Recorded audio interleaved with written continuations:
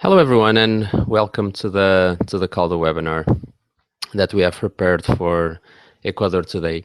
We are very pleased to be having this webinar because, as you probably know, there is a call from Cenesit that is currently open for students to apply to scholarships for master and PhD programs. And we have decided to do this webinar also because we will be in Ecuador in September. So there is a series of educational fairs for students in Latin America, and one of the countries that both Caldo and some of its universities will be are in it's in Ecuador. We will most likely be in Guayaquil and Quito, but we will give further information afterwards. For today, what we have planned is basically a webinar where we will be talking about the Caldo universities, the Caldo services, and also a bit about the Cenesit scholarship.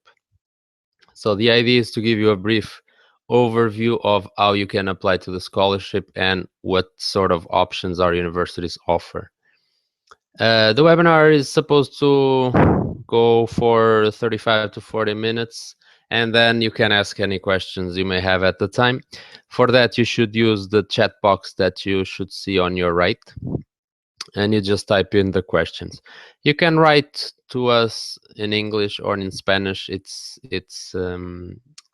fine. I will be providing the answers in English, and there's no problem if you write in Spanish. So let's start with the presentation. The first thing that you probably are wondering is why should you come to Canada? So one of the things that it's important to realize is that the Canadian higher education system is very focused on research, especially our universities. So all the Caldo universities, Caldo is comprised of 9 universities, are what's considered research-intensive universities, meaning that they put a huge emphasis and a lot of money into doing research. So a lot of the research facilities and research conditions that you will have in Canada, you won't find in many places in the world. Another thing that it's relevant in Canada is that the Canadian cities and the Canadian culture are very multicultural. So you will find a lot of people from several places of the world, and by walking the university campus, you will find colleagues from all sorts of countries and from all sorts of origins. That's obviously a plus because it brings together a lot of experiences and a lot of knowledge. One of the things that you might also know from Canada is that Canada is a bilingual country. So Canada has 2 official languages, English and French, and you have the option of studying in either French-speaking universities or English-speaking universities as best suits you. The Canadian academic system is very similar to most systems that you will find in Latin America. Once you finish your bacharelado, you usually have the opportunity to do a master degree. The master degree usually have 2 years for master degrees with the thesis, with research. But we also have the option of master research without research. That is called the course-based masters. You might also know the name by professional masters, mestrado profissional. Some of the examples of mestrado profissional are, for example, MBAs or degrees related to law or public health, for example, master in public health. The course-based masters usually last for around 12 to 16 months, depending on the program. The doctoral programs are programs that usually last for 4 years, and it's programs that usually people gain access after they have finished their masters. Supervisors in Canada have somewhat of a preference to receive students that already have some research experience, and that means that students that have had the opportunity to do some sort of research, so either in their master program or in their professional activity. The doctoral programs usually last for 4 years, and if you have a scholarship, usually that's the maximum that they will pay. They will pay up to 4 years of studies for a doctoral program and up to 2 years for a master program. Early this year, the Qs World Ranking released a ranking of what were the best programs in the world. And we are proud to say that the Calgary universities have 99 programs listed within the 150 best programs in the world in different areas. You are able to find the list of all the programs once you receive this slide. So tomorrow you will receive the presentation on your email, and you will be able to click here and confirm which are the programs per university that were considered to be among the best 150 in the world. So if you look at the map of Canada, this is how the Calgary universities are distributed. This is the Pacific Ocean, this is the Atlantic Ocean, and you can see that most of our universities are in Ontario. We have 2 universities in the province of Alberta, 1 in the province of Saskatchewan, 1 in the province of Quebec, and 1 in the province of Nova Scotia. Let's look a bit at each university in particular. Let's start with the University of Alberta. The University of Alberta is one of the best universities that you can attend, not only in Canada, but in the world. The University of Alberta usually ranks among the 100 best universities in the world, and they have a huge expertise in several areas. Some of the highlights of this university are their pharmacy and pharmacology and their nursing school, and also education. One of the things that you will notice with the Cenecit call is that the call clearly specifies which programs you can apply to each university. So it's very important to know which programs you can apply to each of our universities. And tomorrow we will also send you the listing of programs that are eligible by university. The University of Alberta offers more than 500 master and PhD programs, and it's home to some of the best researchers in the areas of virus research. And it's also home for the Canadian National Institute of Nanotechnology. Aside from that, the university also offers a lot of expertise in the fields of, like I said, education, in the fields of engineering, mainly research in energy, petroleum engineering. The province of Alberta is the province where oil is extracted, so the universities have a huge expertise in this area. Moving on to the University of Calgary. The University of Calgary is situated in the city with the same name, which is also in the province of Alberta. The University of Calgary also has a huge reputation in the fields of life science and medicine, and it's usually regarded as one of the 50 best universities in the world with less than 50 years.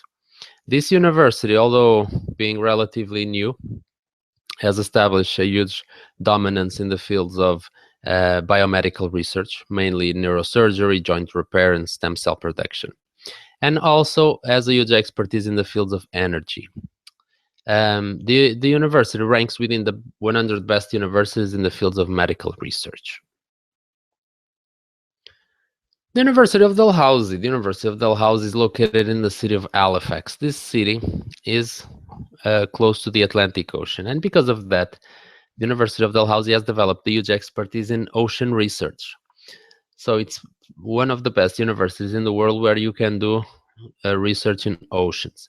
But they also have other very good programs, mainly agriculture, and programs related to energy, mainly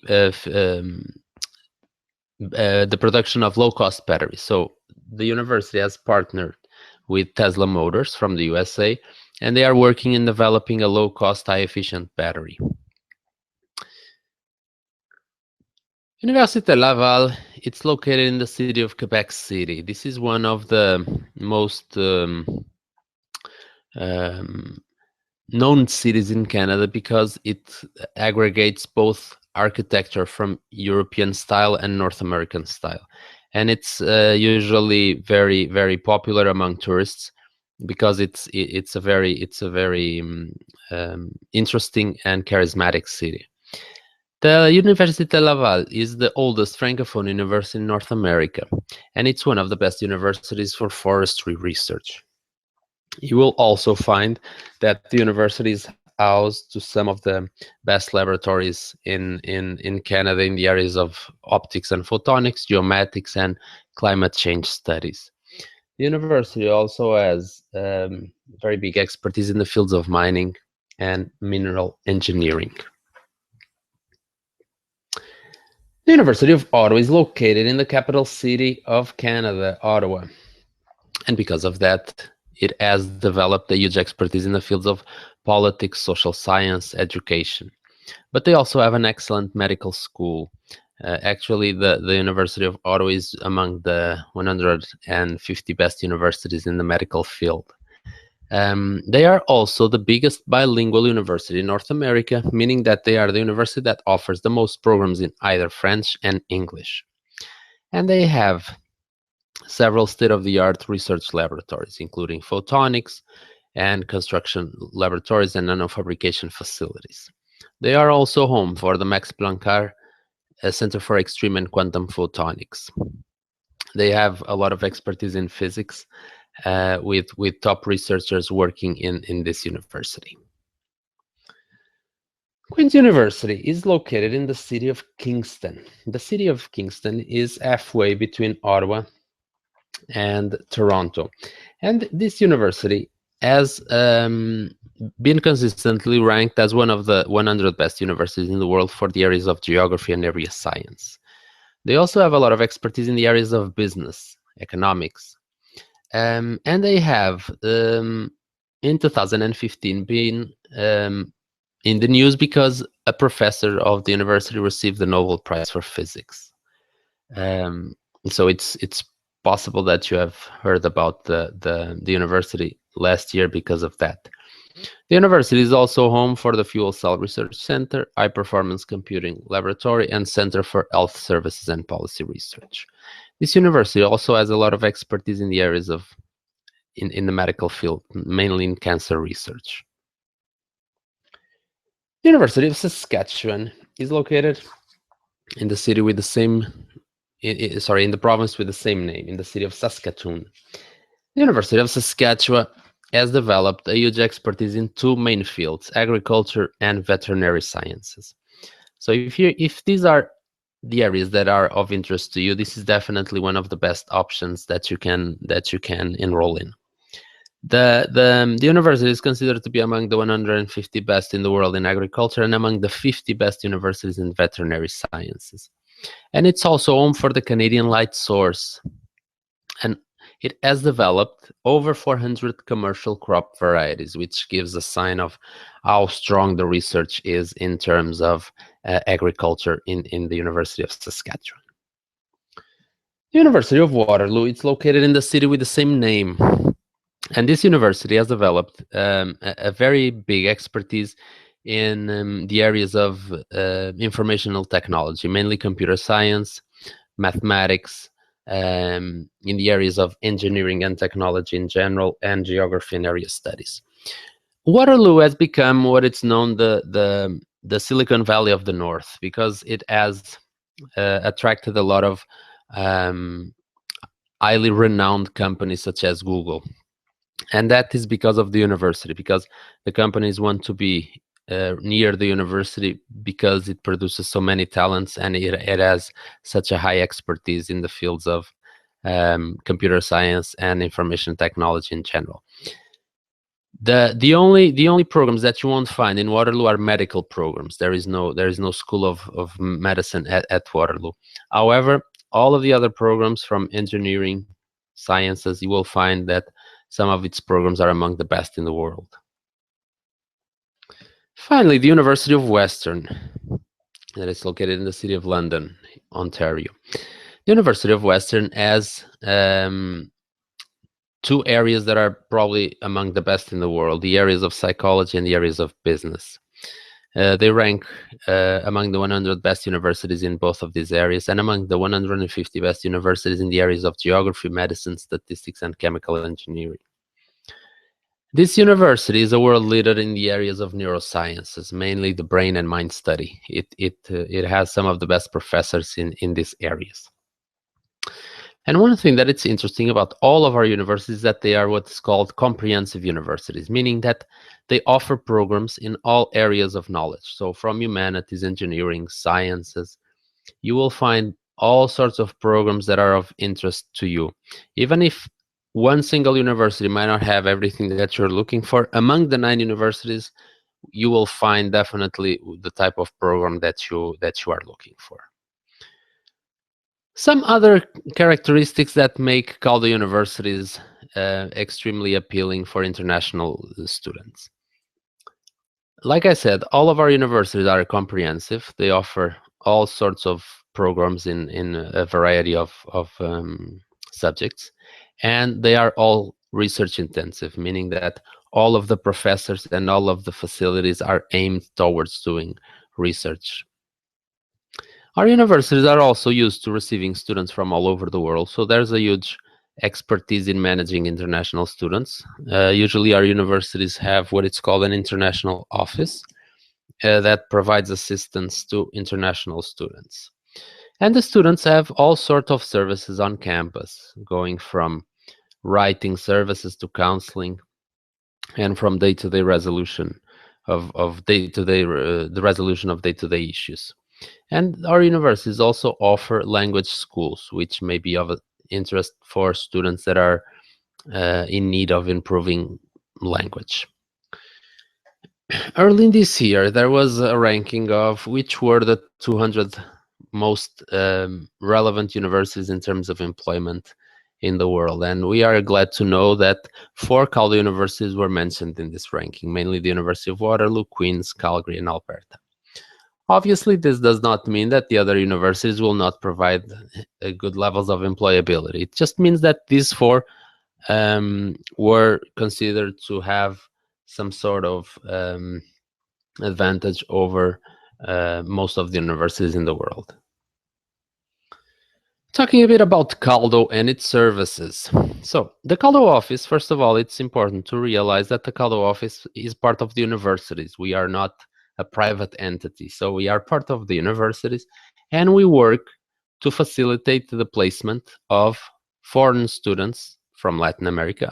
Our focus right now is just in certain countries of Latin America, to assist the students in getting an admission letter from one of our universities. The support that we provide is for all universities with a free pre-screening process of your academic credentials, and we will talk a bit more in the next slides. So this is a pathway to connect with the university, with supervisors, and once the student is in Canada, we also assist them with day-to-day issues that they may have, or with contacting their sponsors, their sponsoring agency for any necessary issue. Some of the main features of the Caldo pre-assessment tool. So the Caldo pre-assessment tool is basically a portal that we have, like a website, where students can register their data, their information, upload specific documents, and submit them to our universities for a pre-screening, for a pre-review. And then the student will get to know if a supervisor is interested in working with a student, and also if the student meets the minimum academic requirements for admission. All of this is free, but the only thing that you will need to have in mind is that you need to be thinking on applying to a scholarship from your home country, meaning that this process is only open if you're interested in applying to a scholarship, for example, from Cenecit. Because if you're not applying to a scholarship from your home country, this process is not available to the candidates. You will submit specific documents that we will talk in a while, and the university will make a decision to see if you are eligible to be admitted and to formally register in the university. So, a bit more detail about some of the specificities of our pre-assessment. The first thing is that the student or the candidate needs to specify which type of financing they are able to obtain. So this means that if you're thinking to apply to a specific scholarship, you need to tell us which scholarship are you thinking on applying, so that we can see the amount of funding that you will have. So in Ecuador, we have an agreement with Cenecit. So if you're thinking on applying to the Cenecit scholarship, you will be able to receive our support. Afterwards, the candidate will need to upload certain documents in our platform, and I will show you the platform in a while. Those documents are the academic CV, language proficiency tests, transcripts, which are the histórico de notas, and statement of research, which is a brief document, 1 to 2 pages, where you basically tell the supervisor what you're planning to do. So the statement of research is only necessary if you're thinking on applying to a thesis-based master's or a PhD. Because if you're thinking on applying to a course-based master, you don't need to do research, so you don't need to have this statement of research. Neither you need to identify supervisors. So the identification of supervisor, except for course-based masters. So this is necessary for the research masters and for the PhDs. And all of this is submitted via our platform. So one of the things that you should definitely do is check out our website. Our website has this big button here, start the application process, that will lead you to our database. And in the database, you will find all the information that I just mentioned and that I will show you in a few minutes. You will also find relevant information in the area of resources that you will find on the top right button, and information on our universities. So this is definitely a big tool that you can use to assist you in getting more information. Now talking a bit about the Cenecit scholarship. So Cenecit has a scholarship that is divided into 2 main categories, the open call and the excellency call. The deadline for people to register for the open call is September the 4th, and for the excellency call is September the 15th. The main difference between these two calls, these two modalities of becas, are that the open call is for more general universities. So it's for good universities, but it's not the top 50 universities in the world. The top 50 universities in the world are in the excellency call. So the excellency call, usually you will have more possibilities of getting your scholarship if you're planning to apply to a university that is listed in the excellency call than if you're applying to a scholarship from a university that it's listed in the open call. I would strongly advise you to check out the website from Cenecit. So the website from Cenecit, I will be displaying the website so that you can see. So the website from Cenecit has the 2 scholarships here, Universidad de Excelencia y Convocatoria Abierta. So this is the open call and this is the excellency call. Let's take a look at the open call. The open call, as you will see, has this here, Listado de Universidades. You will need to download this document to see which universities are eligible. But tomorrow we will send you the document that we have prepared where it states which Calgary universities you can apply for each area.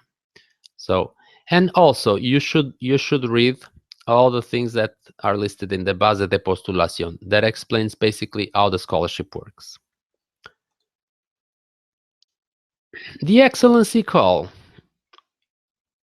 you will do the same thing. You should come here to see which universities are part of it, and also what sort of financing and base de postulación. So these are the 2 main things, the base de postulación and the universities. The universities, I will give this to you tomorrow, so you don't need to worry about that.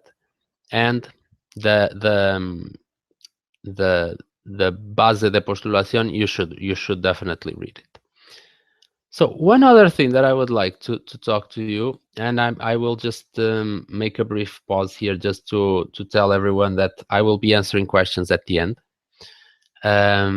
So another thing that I would like to share with you is the Cuddle pre-admission platform. So the Cuddle pre-admission platform looks like this at the main page. One thing that I will advise you to do right away when you come here to this page is to see this video of the graduate. That will tell you how this platform works. However, let's look at it. So the first thing that you will need to do is you will need to create a new account. So you will register here Once you have your username and password, you log in. Once you log in, the landing page or the main page will show you some let's hope that this logs in. Sometimes the database might be for maintenance at the end of the day. So you should see a page that has your personal information. And this is now taking more than usual. So let me go back and see.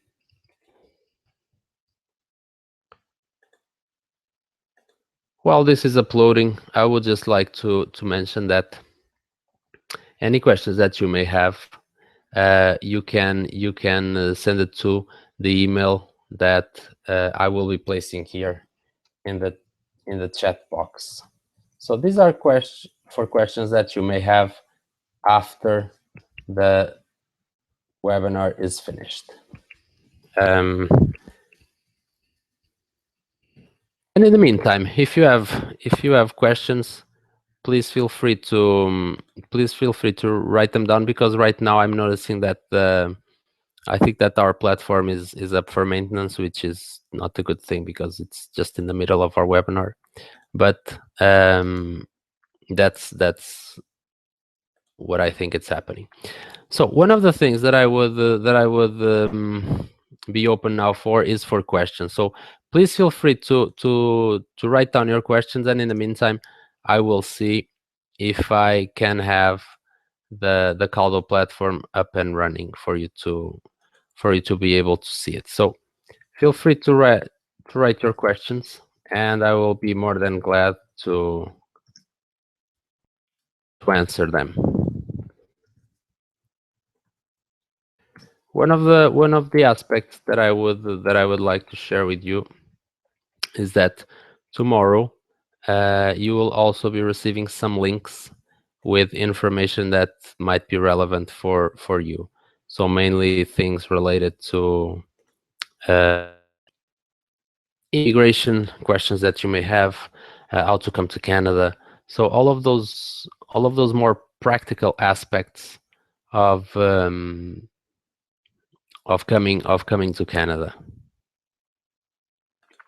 So I have noticed that Gerardo was mentioning that he had a question.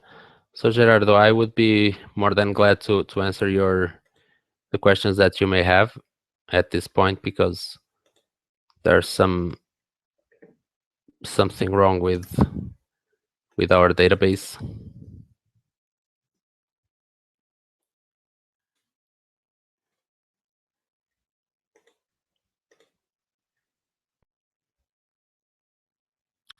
So Guillermo is asking if he's able to do a co-op program if he has a Senesit scholarship. Guillermo, as far as I know, you're only able to do master and PhD programs, and also some programs if in the areas of medical studies. Okay, so I don't think you can do a co-op program. You would need to see in the Senesit website if there's anything listed, but as far as I'm aware, that is not available. Gerardo, if you don't want to apply to the Senesit, will I get assistance? Sure. If you're not applying to Senesit, the only thing that you will not be able to do is to apply to the Calgary pre-admission portal that finally opened. So since it opened, I'm gonna go through the platform. However, Gerardo, I will be more than glad to let you know what sort of programs exist in our universities. So once you get to the Caldo platform, you will click on the Start Your Application. In the Start Your Application, you have in here basic information that you will need to populate. So you have identification, birthday, address, city, all sorts of things that will help us understand who you are and where you're coming from. After that, you will need to make mention of the academic credentials that you have, mainly if you have bacharelado, name of the institution and date that you obtained it, any master or in this case, probably not a PhD. If you need to add further fields, so you have bacharelado, and then you have a master, you add another field, and you will have more options to populate. After that, you have something that it's so relevant, and that usually this is where people forget to put all the information. So you have the academic records. For the universities to do a pre-assessment, you will need to submit your academic documents. So those academic documents are the histórico de notas. So we don't need the diploma, we just need the document where all the subjects that you attended are listed and the grades that you had. If that document is not in English, you should translate it to English.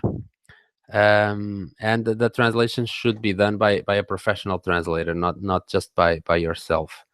You should also upload the CV. So an academic CV, so a CV that it's tailored for professors. And we have some examples of how to do this in our website. And a statement of research interest. Like I said, a 1 to 2 page document where you tell the supervisor what you would like to do. You should also have some sort of language proficiency test that for the English language should be the TOEFL IBT and the IELTS academic. So you have several versions of the TOEFL. So the IBT is the one that you should have. The IELTS should be the academic version. If you're thinking in studying in French, any of these three will do, the DELF, or the TFI. So as you remember, two of the main universities from Caldo are French, Laval and Ottawa, or at least offer French programs. If there are other documents that you would like to upload, you can also upload them here. A very important part of the process is identify if you bring some sort of scholarship. So in here, if you say no, then this process is not to be used by you. So you need to put yes.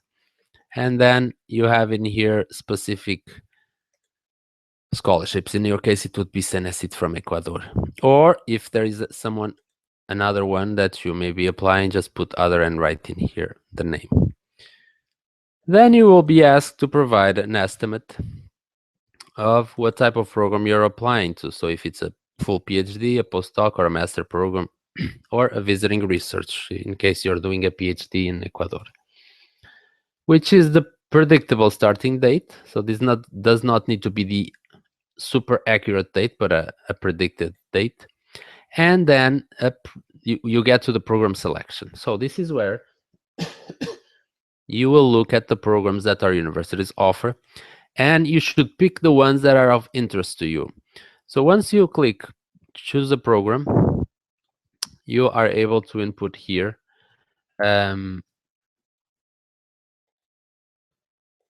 options that you would like. So for example, you are interested in mechanical, you can just put Mech, and you put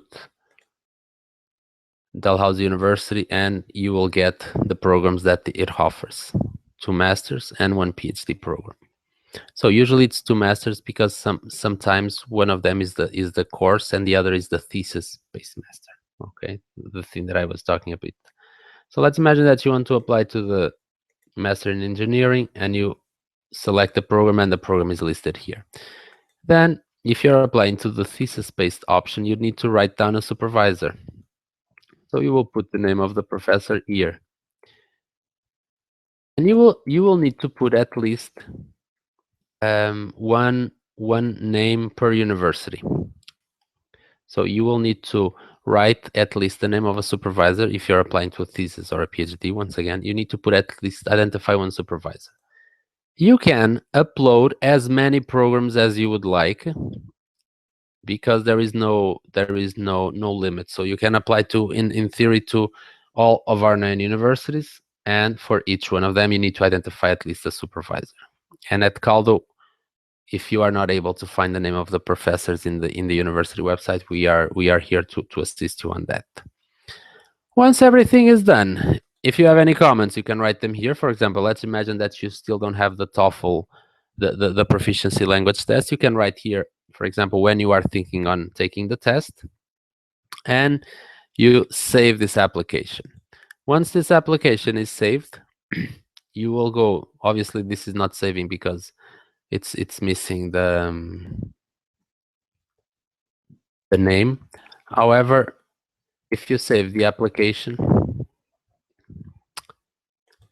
you should go to the main page, and once you go to the main page here in home, once everything is ready, you should submit your application for review. So you can save your application as many times as you want, and everything that you will do will be saved. And only when everything is ready will you submit that information. Okay, so that is basically how the platform works. And like I said, you will have an instructional video of the platform at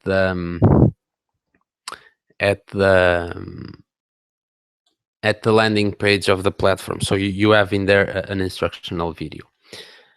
Javier is asking if there are any Canadian scholarships that you could pursue. So Javier, in Canada, you have different types of scholarships. You have scholarships that are provided by the government, which are not very frequent and are very hard to obtain. And you have the financial assistance from each university, which is probably your best option. So the professors at these universities for masters and PhDs, master with thesis, they have some research budgets that they can use with students. So if the student is able to convince the professor that he's a very good student and the research project that he wants to do is relevant for the professor, then the professor might finance the student. However, that is not what Caldo is meant for. So we will not try to push that professors will finance your programs. What we are wanting to do is to assist you in getting a supervisor, but if you're bringing some sort of scholarship from your home country.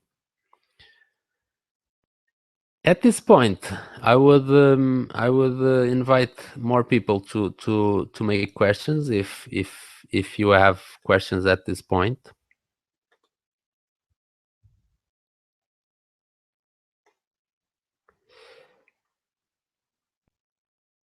So I can see also that there are other questions here.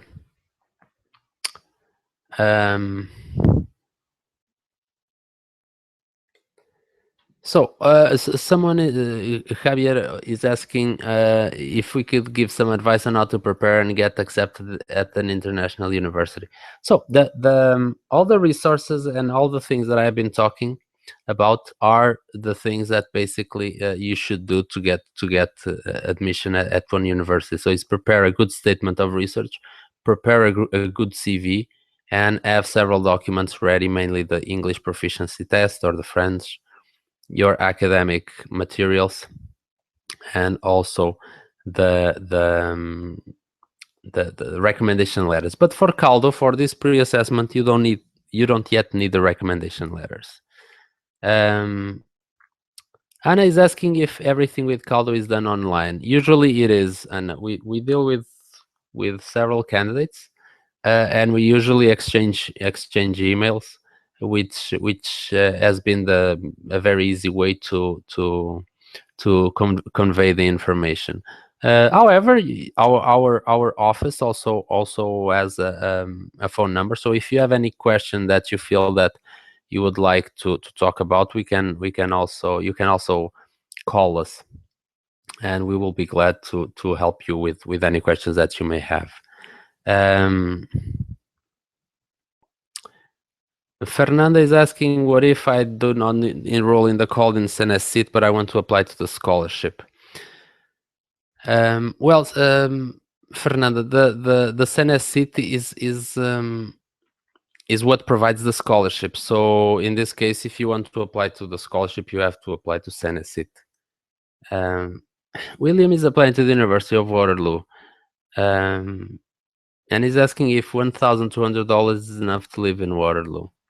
So, William, the main thing with the monthly amounts that you will have to live is that obviously you will need to be very, very budget conscious. So you must spend the money only in the relevant things, mainly in your house and in the food and in any clothing items that you will need to prepare for the winter. However, I would say that $1,200 is not a lot of money to live in Canada per month. But for a student, I would say that that could be um, a very good amount of money to have each month. And then in specific months, if you are able, for example, to get some teaching assistant jobs or to make some money on the side with some part-time job, definitely you could make up for the rest of the money without any problems. So Guillermo is asking, what does submit application for review means? Is the Cuddle platform like a simplified application process to the universe? So Guillermo, the submit your pre-application means that, or submit your application for review means that you're submitting a preliminary request of assessment that it's free of charge. So you don't need to pay anything for this, and you can submit it to the 9 different universities at once, which is a huge saving in time from your end. And after that initial pre-application is submitted, you will get feedback from the supervisors and the universities that you mentioned. Once you have decided that you want to apply to a specific university, you will then need to formally apply to the university. And by formally, I mean that you will need to follow the normal procedures to apply to that university. But you are already applying, knowing in advance that you will, for example, have already a supervisor and that your academic documents are good to go. So it's relevant to realize that Caldo is a platform to assist you in gaining admission to our universities, but it's not the final admission process. The final admission process will always be with the university of your choice. Okay.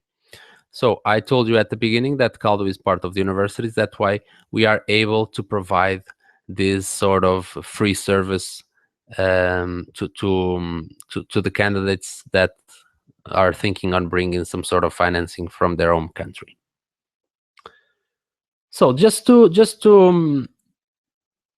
give some more information based on how it is for students to live in Canada. So usually in Canada, you have cities with very different living costs. The Caldo universities are not located in the most expensive cities in Canada. So the most expensive cities in Canada would be Vancouver and Toronto. So we don't have universities in those cities. So the universities in our cities, the universities are located in cities that are medium cost cities. So I would say that between $1,200 and $1,500 should give you enough money to buy your food and pay your rent every month. Also, another thing that it's relevant to know is that the Canadian winter, obviously, it's very different from winters in Latin America, but all the facilities in Canada, all the buildings are heated, all the buses are heated. You will not have any issues when you are indoors with cold. And when you are outdoors, basically what you need is to be prepared. So you need to have some boots and you need to have some warm jackets. Obviously, this sort of clothes, I don't know if you will find in Ecuador to bring it here, probably you won't. Or you will need to find stores that are specialized in mountain equipment for coats and boots. However, once you're set, you should be good to go for the rest of the year. And one of the good things here is that you have the 4 seasons. So right now it's summer, so it's very hot. So you have cities that have temperatures between 30 degrees, even sometimes close to 40. So it's really warm. In the winter, in the fall, you will see the leaves falling from the trees. You will have the drop of temperature as fall progresses. In the winter, you might have snow depending on the city. Some cities have more snow than others. And then in the spring, everything turns back to green again, and the snow is gone. So it's a very nice mix of seasons for someone that is not used to um, to to experience all the seasons. So Gerardo is asking about the university. So the University of Saskatchewan didn't appear in the case. What could we do? So Gerardo, at this point, if the university is not listed in your area of preference, you cannot apply to the scholarship. That's basically the information that we have from Senesit. So you will need to apply to one university that it's listed on the Senesit list, okay, for the area of your choice. However, like I said, tomorrow I will give you the exact list of all the universities that are listed.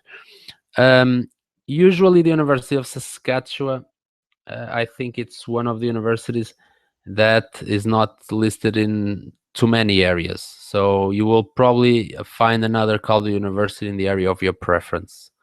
However, like I said, tomorrow I can give you more information about it, and you will definitely get to see which university you can apply to. So it's good to know that people are already thinking about the logistics of applying and how the process works. One thing that it's important to notice is that the scholarship closes in a month from tomorrow, on the 4th of September. So all of these things are very some things are not easy to get. So you will need an admission letter to apply to the scholarship from Senesit.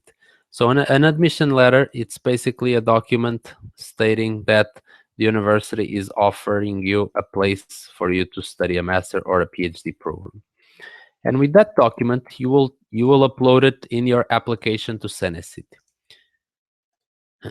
You don't yet need to have the unconditional admission offer for the open call, but you will need to have it for the excellency call. So this is one of the difference between the two calls. For example, let's imagine that you don't yet have the grades that you will need for the English test. While for the open call, Senesit will be able eventually to have that into consideration. For the excellency call, no, they will need the candidate to have all the necessary documents and the final confirmation that it will gain admission to a particular university. But please read the bases de postulación, because everything is highlighted there, so you will need to understand what they are asking. If by any chance you want to study in Canada using your own means, so using your own savings, for example, please note that for most PhDs, that's not possible. And also for most thesis-based masters, it's very hard to get a supervisor in some universities and in some departments. However, for course-based masters, if you're thinking on paying for your own studies, that's perfectly fine. So if there are no further questions, I would thank everyone for joining us today. And please feel free to write me an email to the address that you see, graduate.coordinator@caldo.ca, and I will be more than happy to answer any questions you may have. And like I said, tomorrow I will be sending everyone an informative package with information on Caldo, its services, and also other information that I think you will find useful. So thank you so much for taking the time to be with us, and enjoy the rest of your day.